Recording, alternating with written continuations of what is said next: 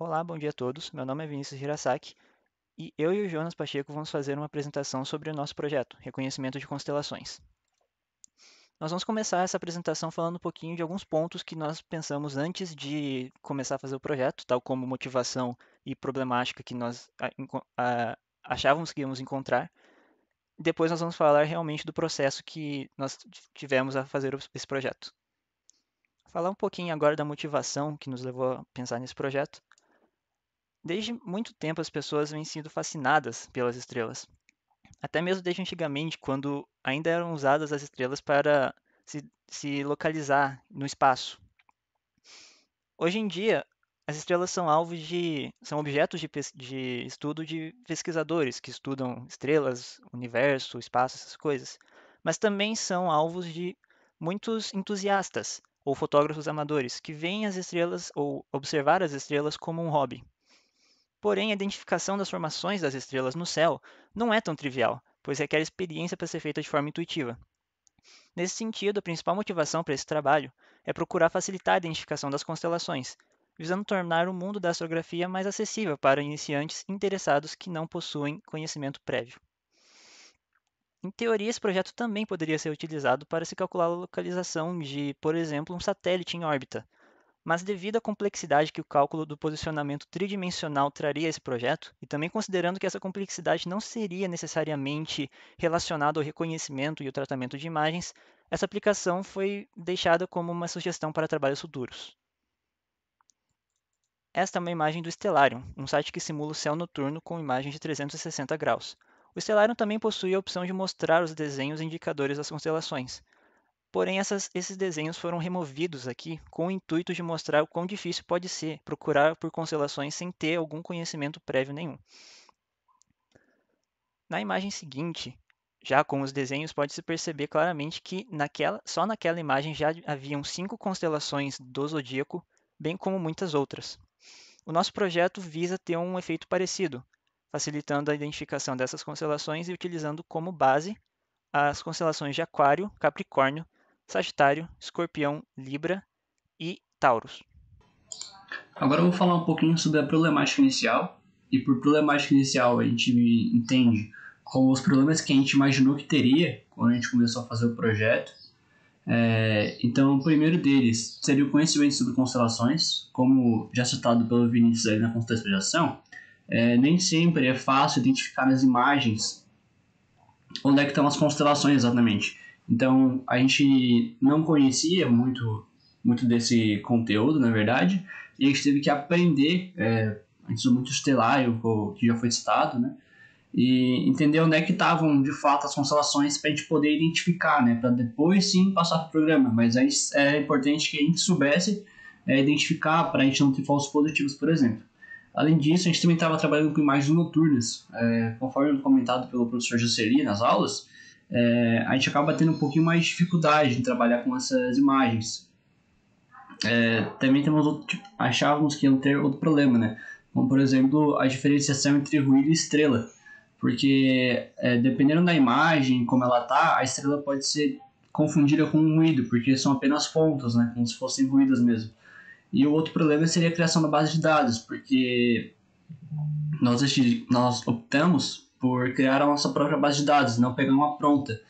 Isso levou tempo, teve que ter um conhecimento inicial para saber exatamente se a foto estava sendo tirada do lugar correto, teve que ter os equipamentos necessários, né? Então, todos esses foram problemas que a gente já imaginava ter. Aqui falando um pouquinho sobre a parte do ruído, né? Então, a gente pode perceber aqui que a gente encontra como se fosse uma nuvem, e de fato essa imagem aqui foi uma das imagens que deu bastante problema, que a gente já imaginou que teria. Aqui também a gente tem a Lua, por exemplo, que ela acaba tendo esse raio mais externo aqui, que acaba gerando bastante ruídos. Essas duas imagens foram imagens que a gente acabou tendo problema de fato, ela vai ser abordada um pouquinho depois, mas essas imagens a gente já imaginou que teria um problema nelas. Além disso, alguns outros problemas, né? Então, remoção de objetos indesejados, conforme visto anteriormente, por exemplo, paredes, coisas do tipo, que possam ter, né? A gente tentou deixar o mais livre possível, porque a gente imaginou, né, que quando fosse ser aplicado por outra pessoa esse projeto, Nem sempre vai ser possível tirar uma foto limpa do céu. Às vezes vai ter um objeto, alguma coisa do tipo na imagem que deveria ser tratado pelo nosso programa. Outra dificuldade também que a gente imaginou que teria seria a determinação dos descritores.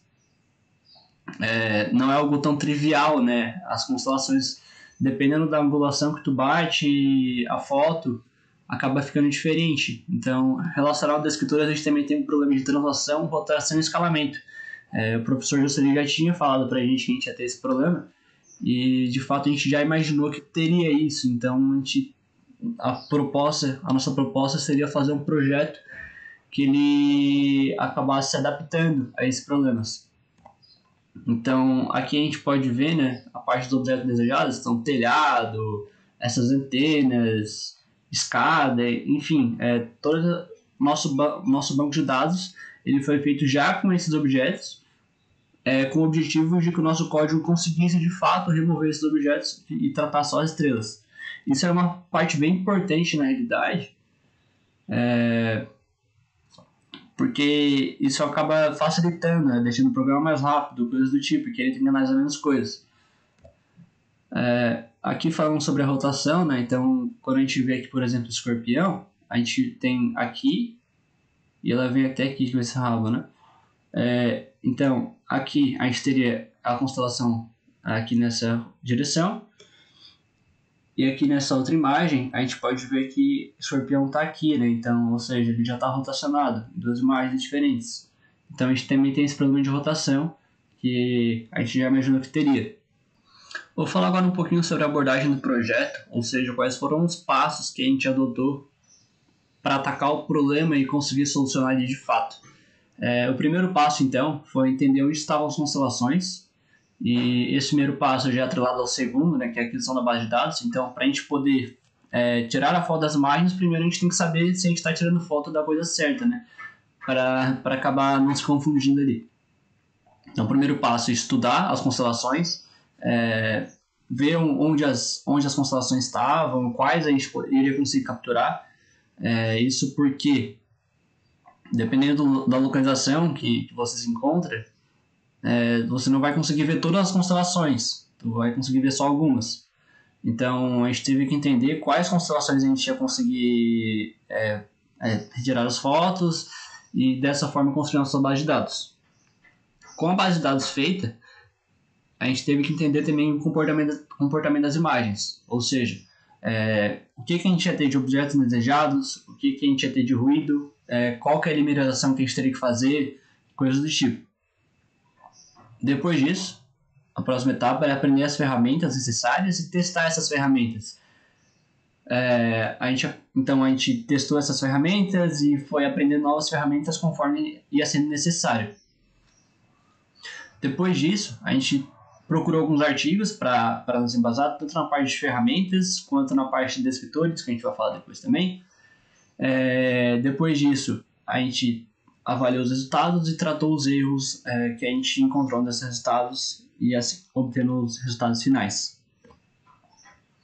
Então, sobre os artigos, os dois principais artigos que a gente acabou estudando foram o Constellation Detection, a referência dele vai estar lá no final, e a proposta dele é identificar 88 estrelas com processamento de imagens e inteligência artificial. O que a gente acabou usando desse artigo foi a ideia de criar gabaritos.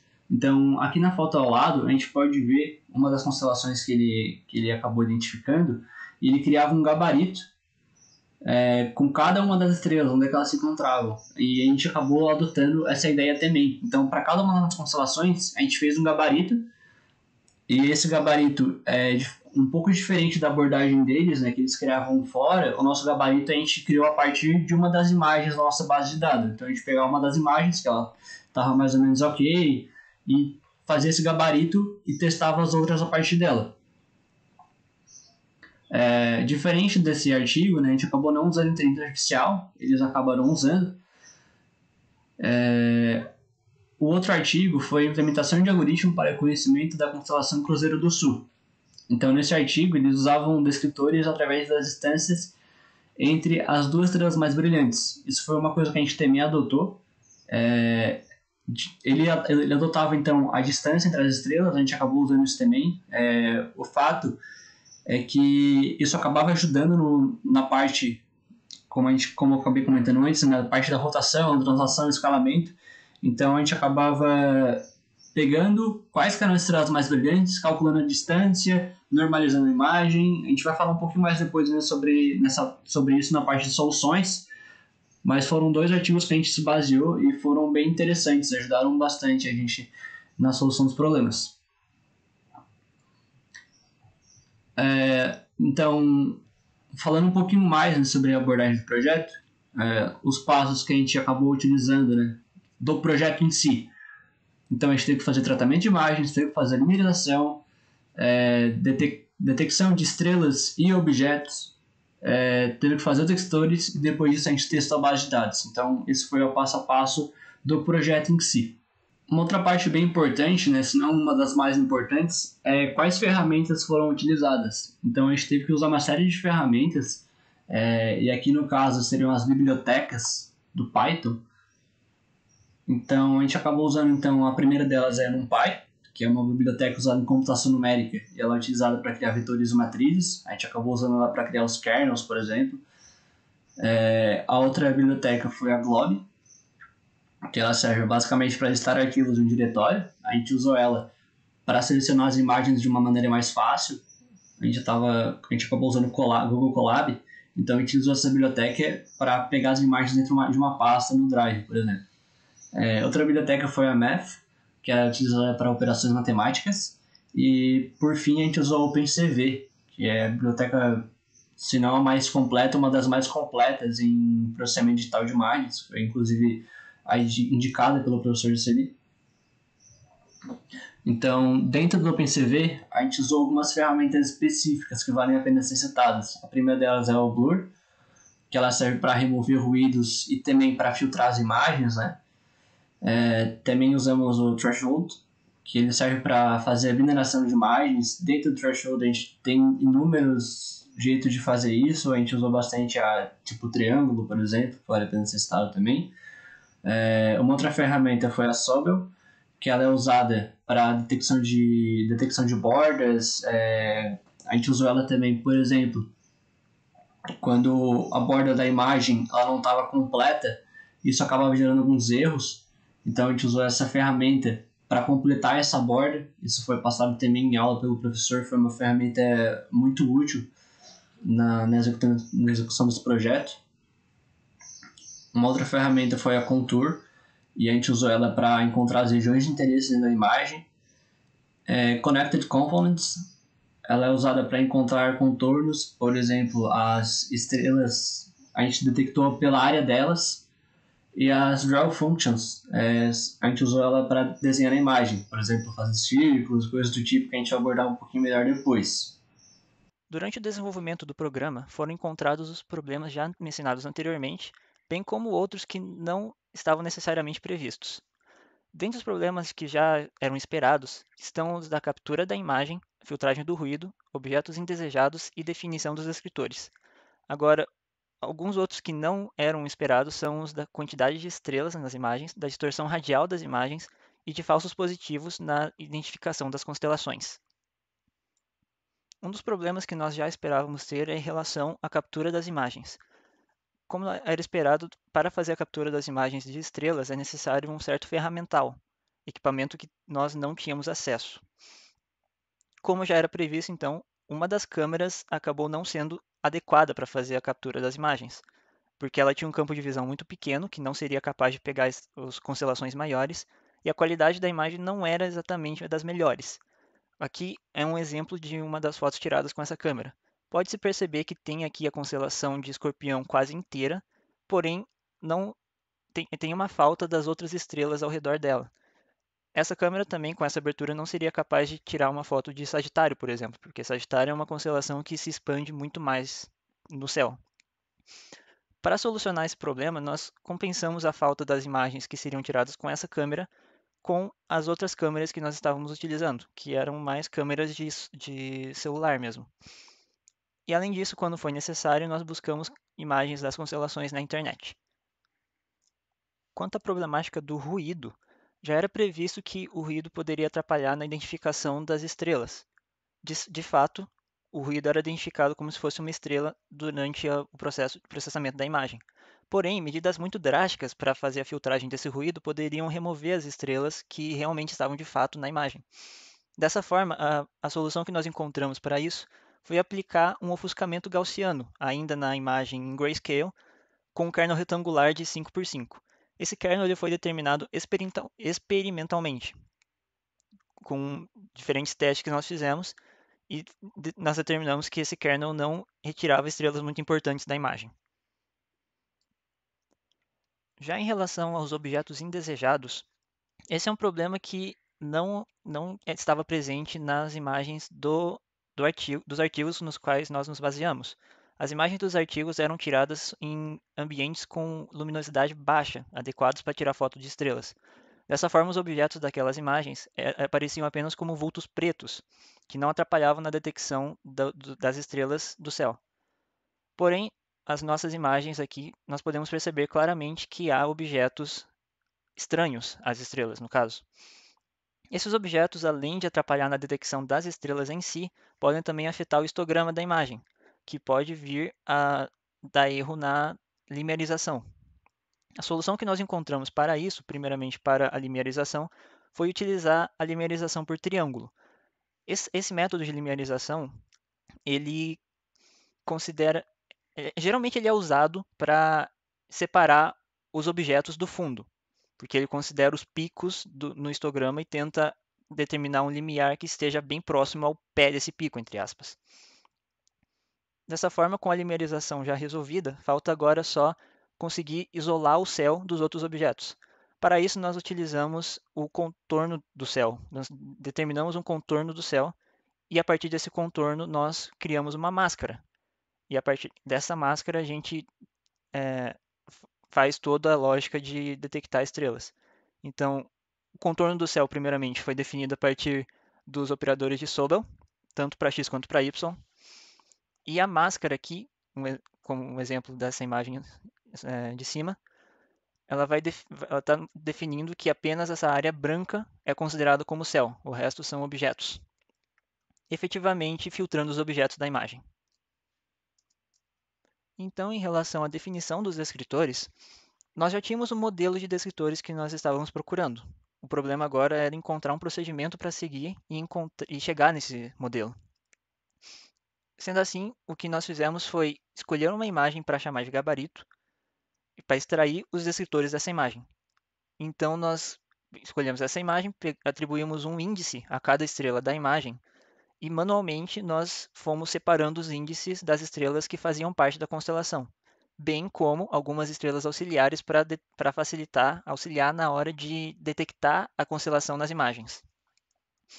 Então, com essas estrelas já separadas, bastou aplicar a lógica dos artigos, ou seja, nós procuramos dentre essas estrelas quais eram as duas mais brilhantes, aqui definidas como esse círculo mais grosso e maior para mais brilhante, e essa outra aqui para a segunda mais brilhante, e nós determinamos a localização de todas as outras estrelas a partir dessas duas.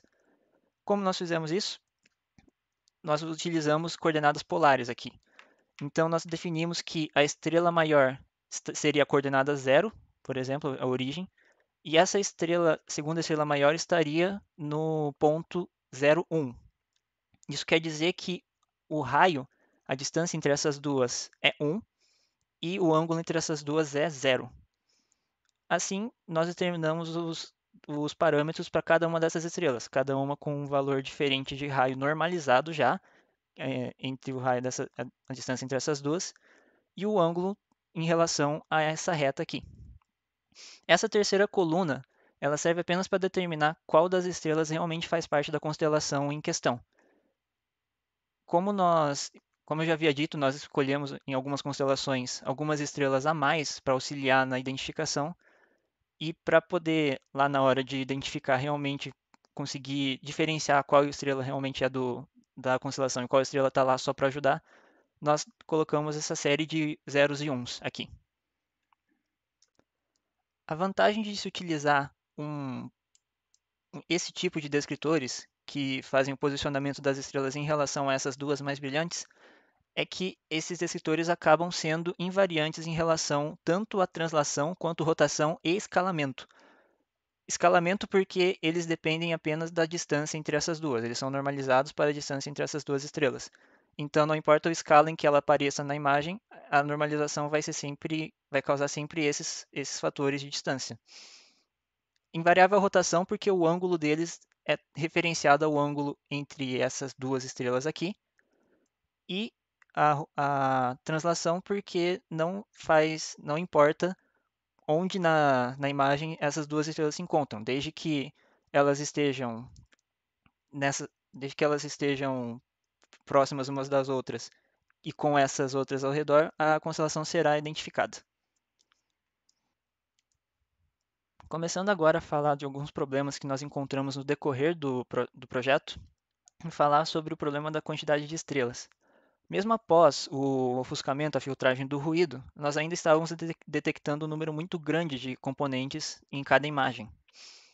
Esse número muito grande podia causar com que houvesse mais chance de ter falsos positivos, que detectasse a constelação em algum lugar que não é o lugar certo dentro da imagem, além de aumentar o tempo de processamento que o código fica rodando.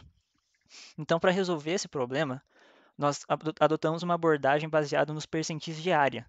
Esses percentis eles eram definidos dependendo do número de estrelas número de componentes, na verdade, que estavam presentes na imagem já original. E eles também poderiam servir para filtrar os objetos que teriam acabado ficando na imagem mesmo após tirar o contorno do céu. Por exemplo, uma lua ou alguma outra parte de um telhado que não foi filtrado corretamente. Aqui nesta imagem, pode-se perceber que essa parte central foi filtrada no resultado final. Pode não parecer uma diferença muito grande, mas tanto em termos de tempo de execução quanto em termos de chance de ter falso positivo, isso faz uma grande diferença. Quanto à problemática da distorção radial das imagens, essa problemática provavelmente foi a mais grave que nós encontramos durante o projeto, porque para corrigir esse problema, geralmente precisa-se fazer a calibração das câmeras. Mas a calibração das câmeras não só foge bastante do escopo do nosso projeto, ele também é impossível de se fazer para as fotos que nós pegamos na internet, porque nós não temos como fazer os testes com a grade em padrão xadrez, etc. Essa distorção ela é causada geralmente pela lente das câmeras. E para as imagens que nós utilizamos, ela geralmente é do tipo pincushion, ou seja, as bordas são mais esticadas que o meio. Essa distorção é um problema para nós porque os nossos descritores assumem que a distância entre as estrelas da constelação é fixa, o que acaba não sendo verdade caso haja distorção dentro da imagem. Percebe-se que se nós pegarmos uma distância para normalizar de uma área da imagem, ela pode não ser válida para outra área, por exemplo, nos cantos ou no meio da imagem distorcida. Dessa forma, a solução que nós encontramos para mitigar esse erro é uma admissão de um limite de erro maior. Esse limite de erro ele é constituído de uma porcentagem da distância normativa. Admitir esse erro maior implica, além de facilitar a detecção da constelação mesmo com a distorção, ele também implica maior possibilidade de ter falsos positivos na hora da detecção das imagens, além de também ter um leve efeito no tempo de execução do código. Por fim, eu vou falar de um problema que já foi bastante citado nessa sessão, que é o problema dos falsos positivos. Os falsos positivos ocorrem quando o programa identifica a constelação, porém com as estrelas erradas. Ou seja, ele acha que a constelação está em alguma parte, igual na imagem ali, porém não está. Esse problema, eu já citei alguns fatores que podem causar os falsos positivos, tais como um alto erro, um alto limite de erro, ou até a própria distorção mesmo, um grande número de estrelas também. A solução que nós encontramos para esse erro dos falsos positivos foi aumentar o número de estrelas em cada descritor. Conforme eu já havia dito anteriormente, quando eu estava falando da parte dos descritores, nós pegamos além das estrelas da constelação em si, nós também incluímos nos descritores algumas estrelas adjacentes. Essas estrelas elas devem ser escolhidas de forma bem criteriosa, porque procura-se que essas estrelas sejam próximas à constelação que nós estamos procurando e também tenham uma boa visibilidade, de forma que em qualquer foto que tenha a constelação procurada, há uma grande chance de ter aquela estrela também. O problema disso é que quanto maior o número de descritores, maior o tempo de execução também. Falando já dos resultados encontrados com o nosso programa, para Aquário, 6 das 10 imagens foram classificadas corretamente, tal qual aqui mostrado nessa figura. Para Libra, 5 das 7 imagens foram classificadas corretamente. Percebe-se aqui que nós temos círculozinhos verdes e azuis.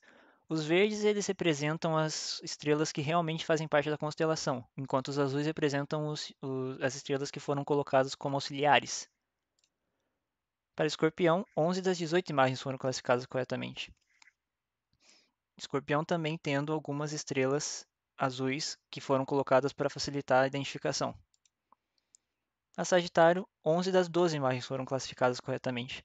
Aqui percebe-se que Sagitário não foi necessário colocar nenhuma estrela de auxiliar, porque a própria constelação já tem um número bem significativo de estrelas. Isso também pode ser um indicativo do porquê que ele teve tanto sucesso, porém ele também foi o que mais demorou para rodar.